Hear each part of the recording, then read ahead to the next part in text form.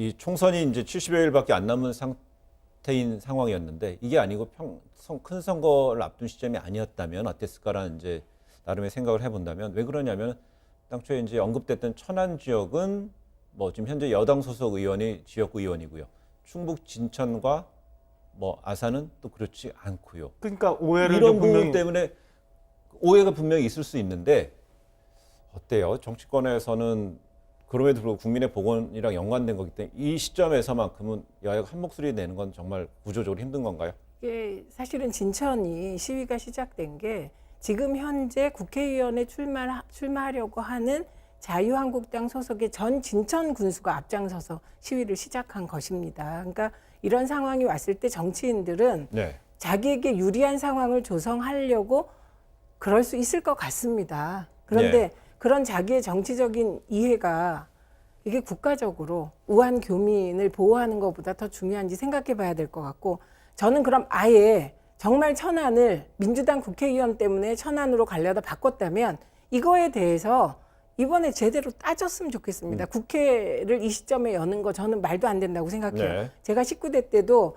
이런 위기 상황이 있을 때 국회 열고 그랬거든요. 근데 그때 민주당과 새누리당이 합의할 때는 이 상황이 좀 지나고 열었습니다. 근데 지금은 왜 그 대책의 한가운데 국회를 여는지 저도 이해할 수가 없거든요. 그런데 이왕에 열었으니 정말 천안을 민주당 국회의원 때문에 천안에서 바꿨는지 네. 만약에 그게 밝혀진다면 그 국회의원들은 출마하면 안 되죠. 네. 예, 저는 그렇게 생각합니다. 그거는 충분히 저는 확인이 가능하다는 네. 생각이에요. 그러니까 지금 오해의 빌미를 정부가 준 거는 뭐냐면 아까도 말씀드린 것처럼 제일 먼저 검토했던 거는 물론 저는 천안이었을 거라고 봅니다. 네. 일안, 천안, 이안, 뭐 아산, 진천 이렇게 됐을 텐데 그러면 그게 천안에서 방향을 틀게 된 과정에서 어떤 일들이 있었는지에서 밝히면 돼요. 네. 그리고 오해의 소지는 뭐냐면 천안에 가불병 3군데에 모두 다 여당 소속 의원이 있고 마침 천안시장이 거리 상태라 같은 날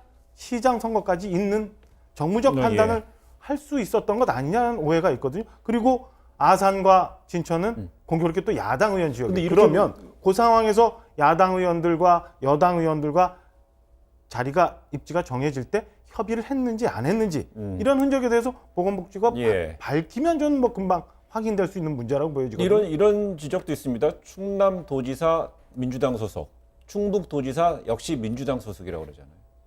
도 차원에서의 어떤 도정이랑 지역구 차원에서의 이런 어떤 해당 지자체랑 또 광역단체랑 기초단체랑 협의하는데 좀 제약이 있을까요?